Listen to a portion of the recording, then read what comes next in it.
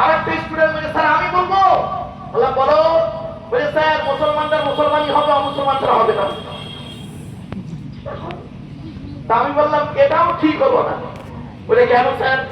আমি বললাম শোনো, আচ্ছা চলুন আগে আমরা জেনে নিই এই মুসলমানি আপনারা কি বলেন ভাই? মুসলমানি বলেন না খাতনা বলেন? কোনটা?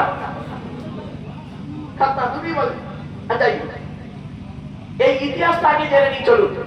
পৃথিবীর সর্বপ্রথম মুসলমানি কে হয়েছিল এটা আগে জানাবো। শুনে নিন। 82 বছর বয়সে 82 বছর বয়সে জঙ্গলে কুড়ুল দিয়ে নিজে নিজে আল্লাহর হুকুমে হযরতে ইব্রাহিম নবী পুরুষ লিঙ্গে আগার চামড়া কেটে বাদ দিয়েছিলেন। ক্লিয়ার? এবার আসছি সমীক্ষা কি বলছে দেখি। সমীক্ষা সারা পৃথিবীতে সমীক্ষা বলছে 110% সনাতন ধর্মের মানুষ বিভিন্ন কারণে পুরুষ লিঙ্গের আগার চামড়া কেটে বাদ দেয়। 40% ইহুদি বিভিন্ন কারণে পুরুষ লিঙ্গের আগার চামড়া কেটে বাদ দেয়।